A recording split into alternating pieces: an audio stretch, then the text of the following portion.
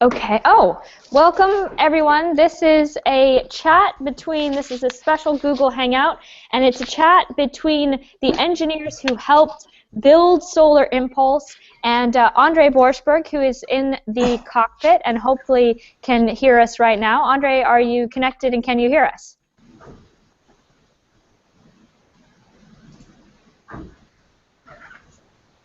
I think he should do. It looks like he's busy making his breakfast at the moment. I think he's made breakfast already. Do we have André connected?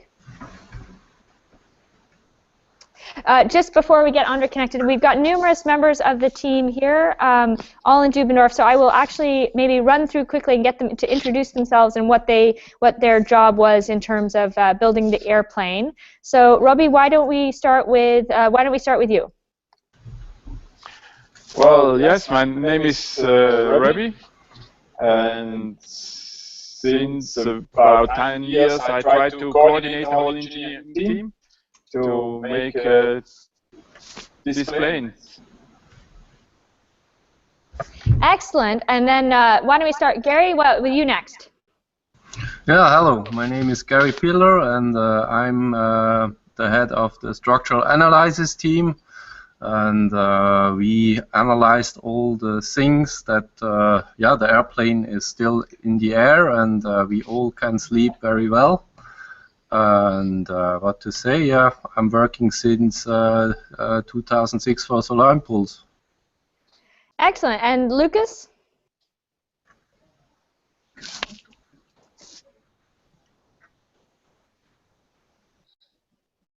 Oh, there we go. All right, start again. We didn't hear you in the beginning. Hello, my name is Lucas. I did some designing on the whole plane, many big and small parts, also purchasing. That's what I do. Excellent. All right, and how about Rishi next? Okay, I'm Richard, and I'm the loads engineer. So I defined the design loads for the structures of this airplane, and yeah, that's about it. You're all downplaying your jobs. I think that's either a sign of, I don't know what it's a sign of. All right, Ollie, you're next. Hi, I'm Oliver. I'm part of the design team, so designed all the parts for the plane. And now I'm in Monaco and watching for the batteries. Excellent. And last but not least, Daniel? Hello, I'm Daniel. I worked principally for electronic parts. I make some security for the oxygen system and also the media system for the video on the plane. And that's it. Excellent. So that's a good intro to everybody. Let's see if André is connected. André, are you there?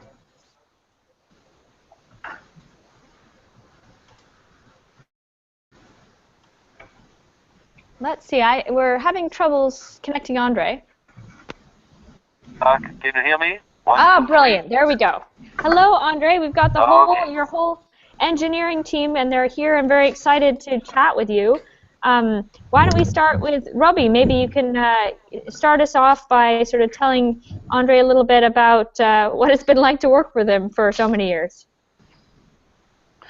Well, after 10 years with working with André, I think it was, we had very different moments, but most of it, I only remember the good ones, so I think that's the most important thing that we, especially now when we come to close to the end, I'm always a little bit hesitating saying that, but when we come close to the end, that we only remember the good time, right, André? Yeah, that's true, but you know, in some ways also sometimes the difficult times are interesting because you learn so much about yourself, about how to solve these issues, how to find the right path. That's it. I think it's part of what we are doing, and you guys, you are all engineers who had to solve questions which were not evident, which were new, which were, I guess, different. That's what you did in the past, and sometimes, I mean, this unknown must have been also difficult to cope with, because it's responsibility at the end also, and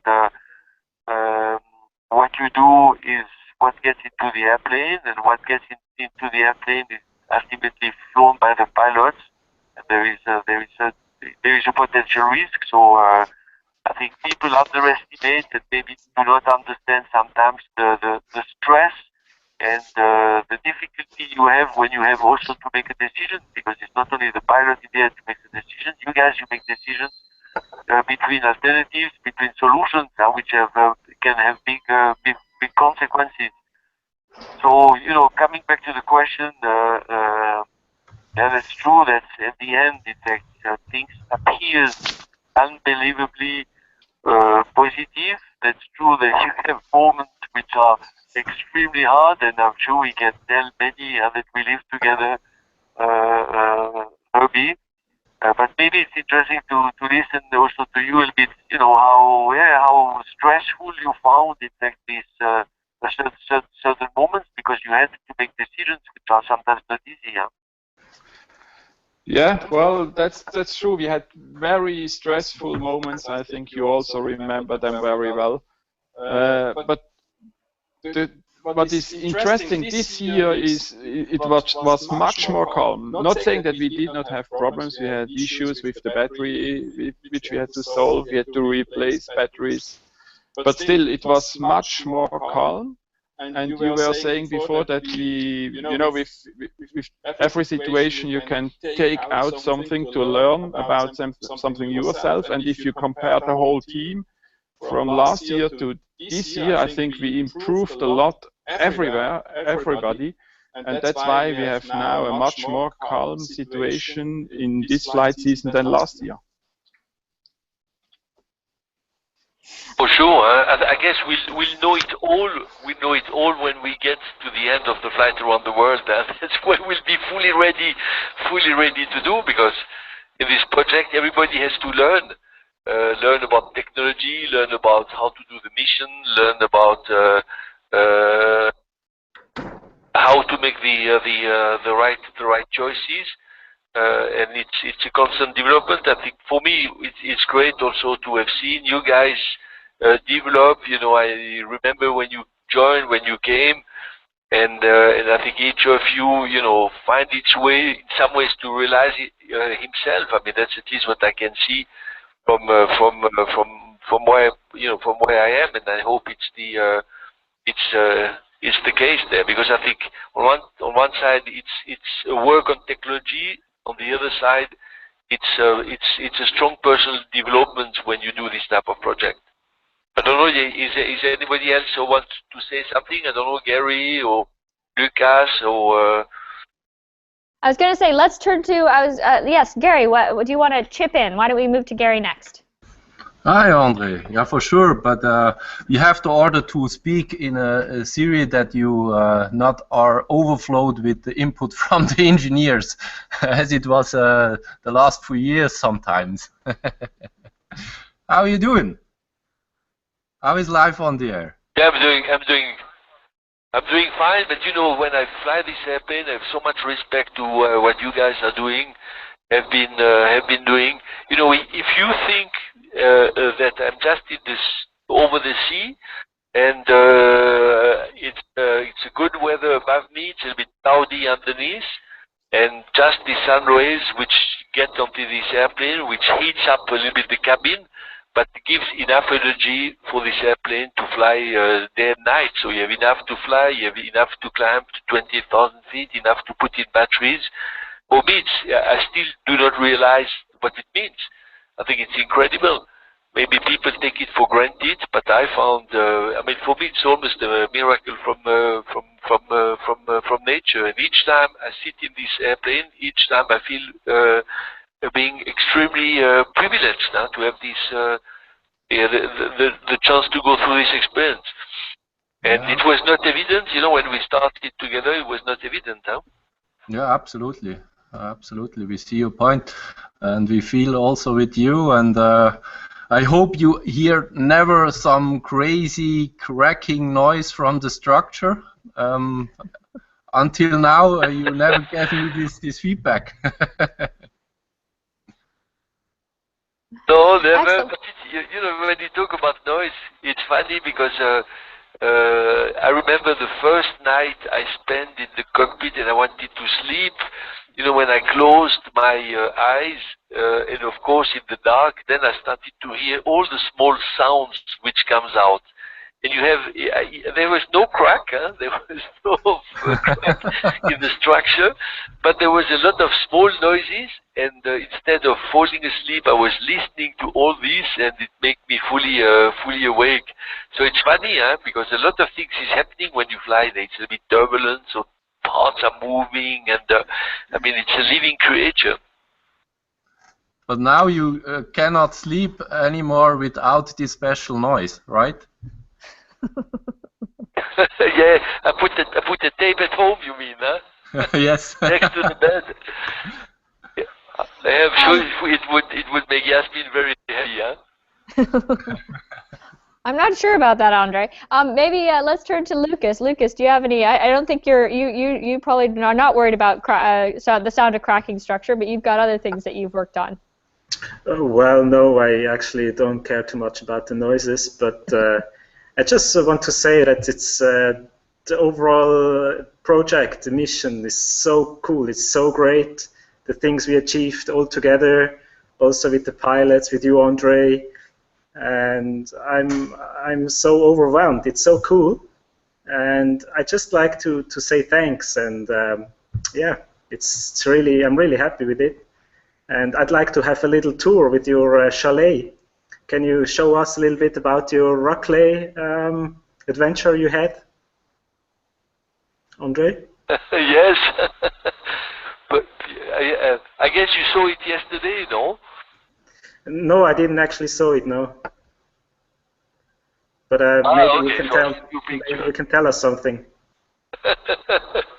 Yeah, it was great, you know, because it was a little bit on the limit of what I can take on board, because I had to sacrifice some warm clothes, which I badly needed yesterday night, because I had to fly pretty high when resting, and it was almost 0 degrees, and I was a bit close, but on the other side I could enjoy heating up the cheese, the potatoes, and they gave me some cornichon, I don't know how you say this in English. Yes. Onions and this little green stuff, gurke. Yeah. Pickles. Yeah, exactly. And dry meat and you know, pepper and so on. So it was really like being in Switzerland. So it was really fantastic. Wonderful. So enjoy your flight. Maybe let's turn now to a man who's been spending a lot of time here in the MCC, which is Daniel.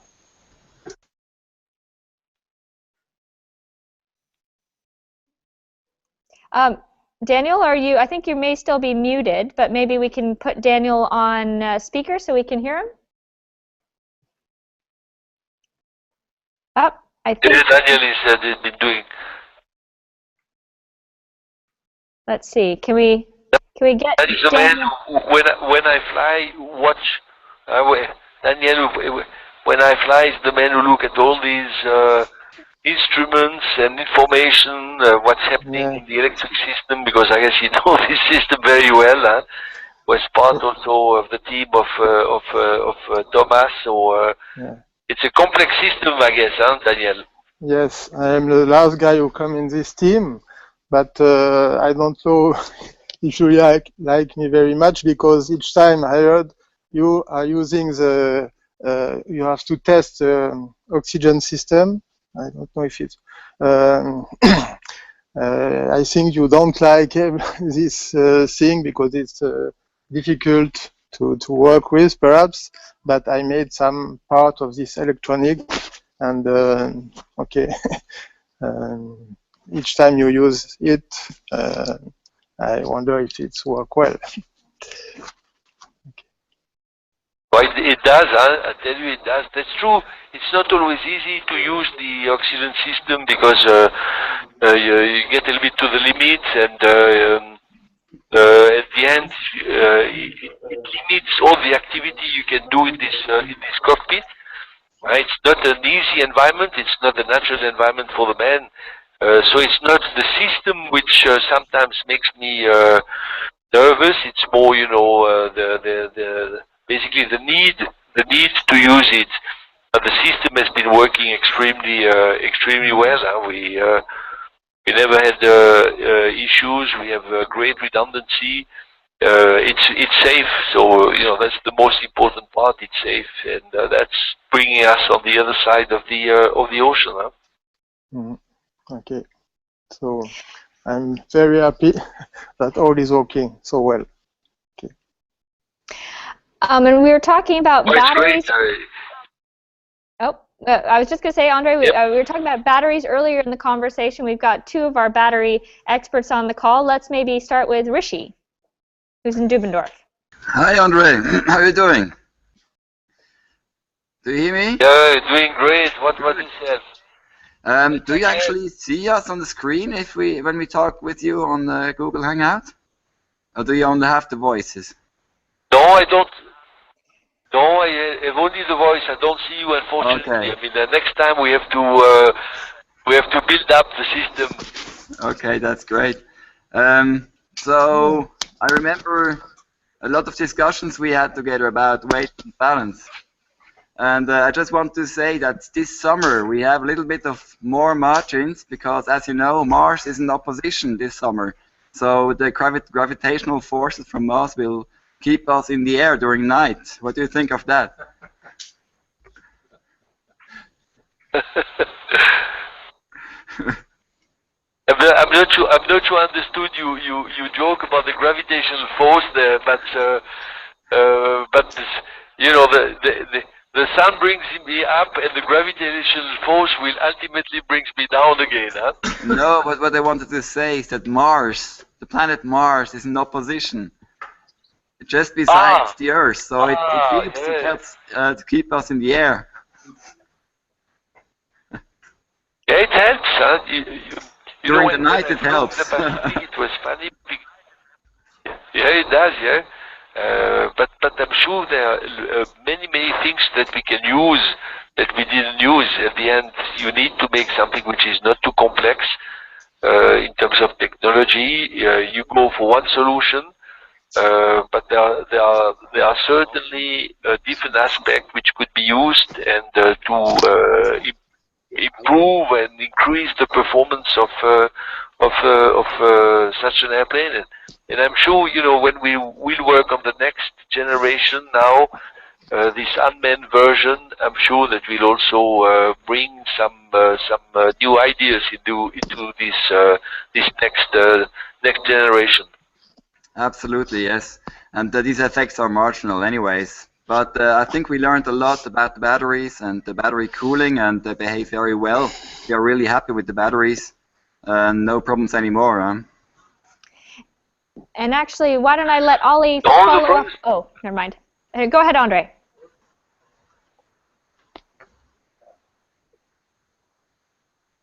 Carrie, I didn't get you. Oh, here, I was just going to let Ollie follow up on that because he's also been working with Rishi on the battery. So, Ollie, can you say something? Make sure you're not. Yeah, perfect. Great. Yes. Go, Ollie. Hi, Andre. I'm happy you have a good flight. As you see, the batteries are a bit colder than we expect, or you expected. We want to have them be colder this flight. But when a lot of time you're in the cockpit, I'm sure you know it very well now. And you saw all the parts we designed. Do you have like a favorite part in the cockpit you use a lot, or you like to use, or you're amazed of? Do you have one like that? First of all, in this cockpit, it's interesting when you spend so much time.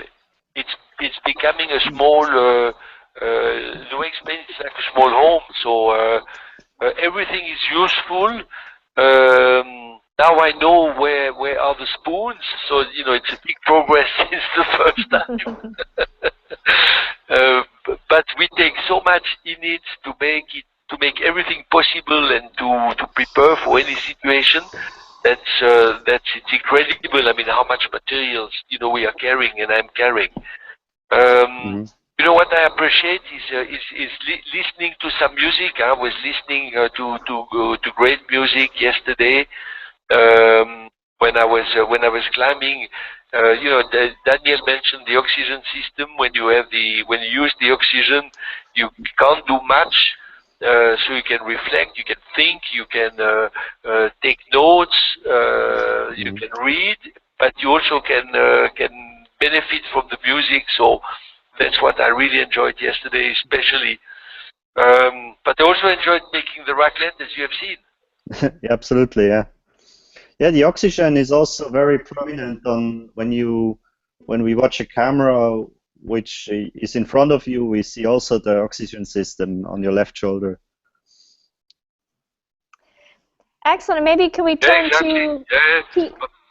Oh, sorry, Andre. I keep interrupting you. Go ahead. No, but I was saying yes, that's for sure. But I mean, you have two parts at the end in the airplane. You need the energy for the airplane. You need the energy and what makes and what keeps the pilot alive. And of course, oxygen is essential. And in another airplane, if you run out of oxygen, you descend, you land, and you stop. And in our case, you just can't. I mean, you have to keep going over the ocean. You have no way to stop. And if you don't have any oxygen, you end up in the water. Huh? It's over. So many people have difficulty to realize, but these are all essential parts, and they all have to work well. They all have to work together. They all have to work at the same time. I think this was the challenge for you guys: is just not just bringing parts that work, but making sure that everything together was working and reliable over many days, many nights. So that has been the big challenge. Thank you, Andre, and have a good flight. And let's turn to Peter Fry now. So one of your oldest partners with you in this whole adventure in terms of building the airplane. So Peter, maybe you have a few thoughts. Okay. Hello, Andre. Hi, Peter. Hey, okay, I can hear you. Good to hear you. Yeah. Hey, I was sitting in the MCC before watching this Google Hangout, and I think it's much more fun there to listen to everybody trying to say something important.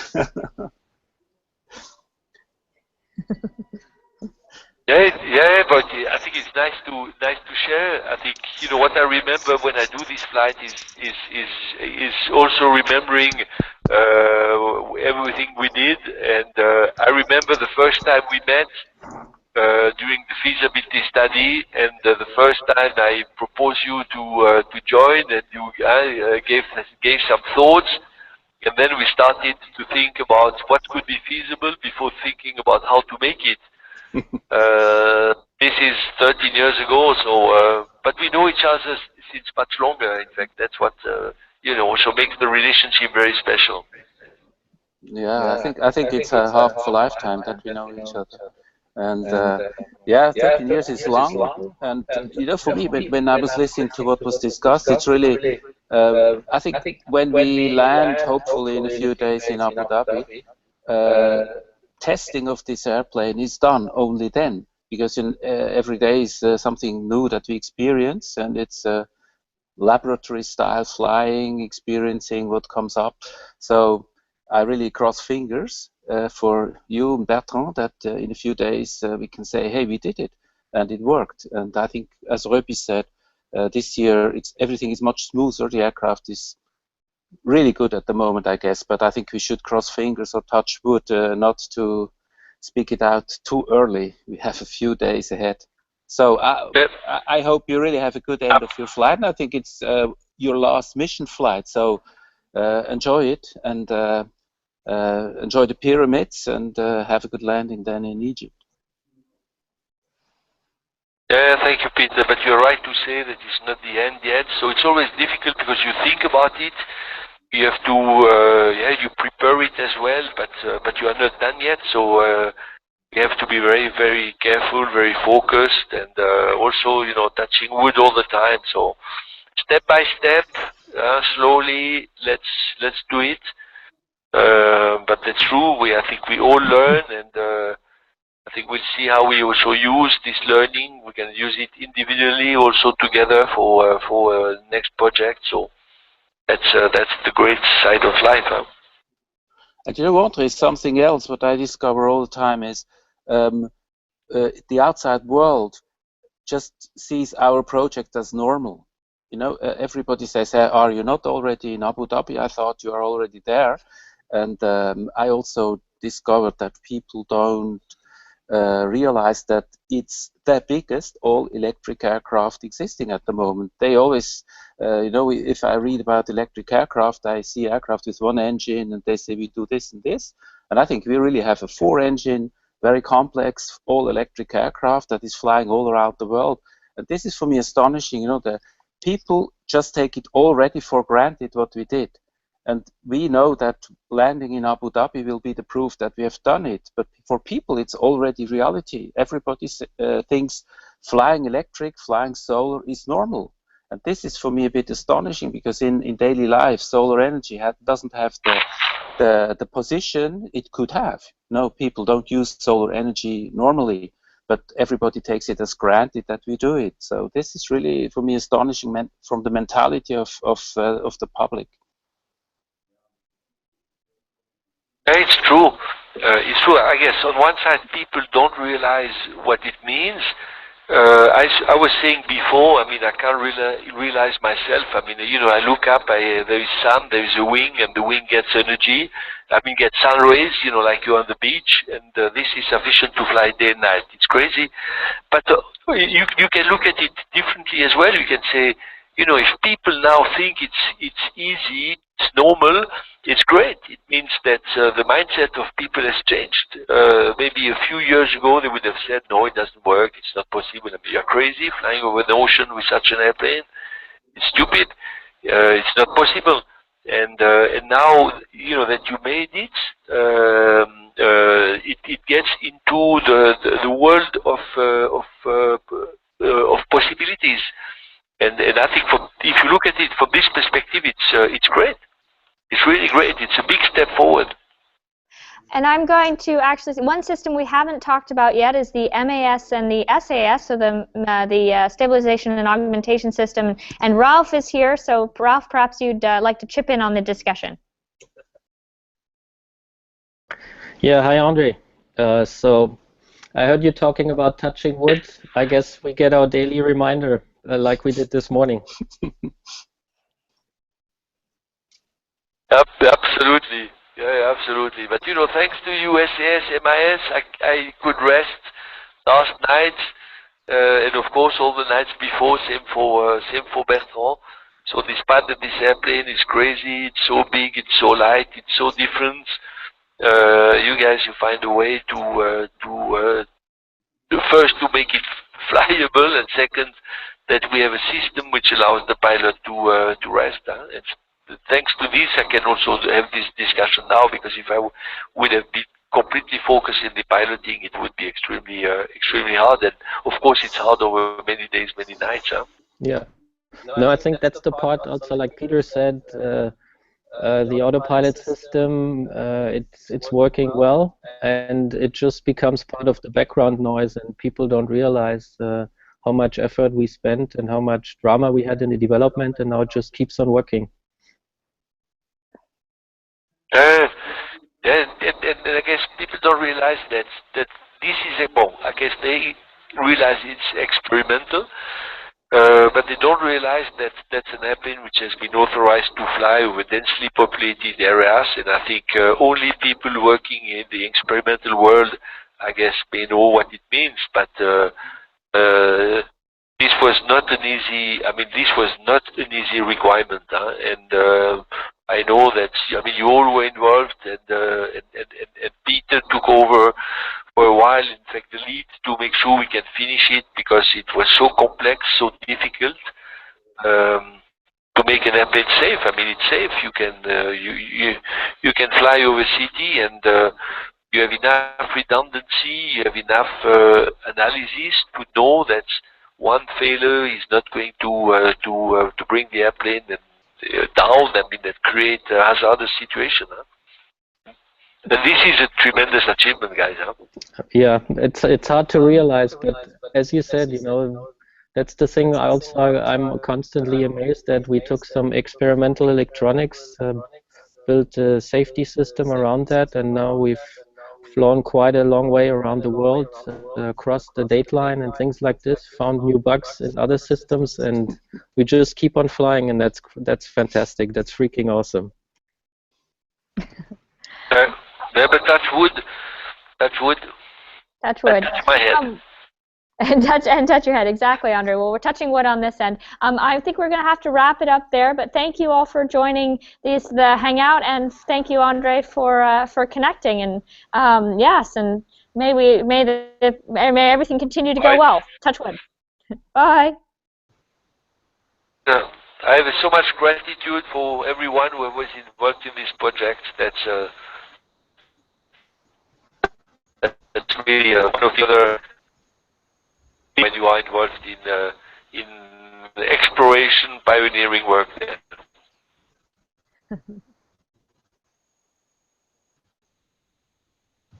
Bye, Andre. Have a safe flight and safe landing. Yeah. Bye, Andre. Yeah, thank you. See you guys. Bye. Bye-bye.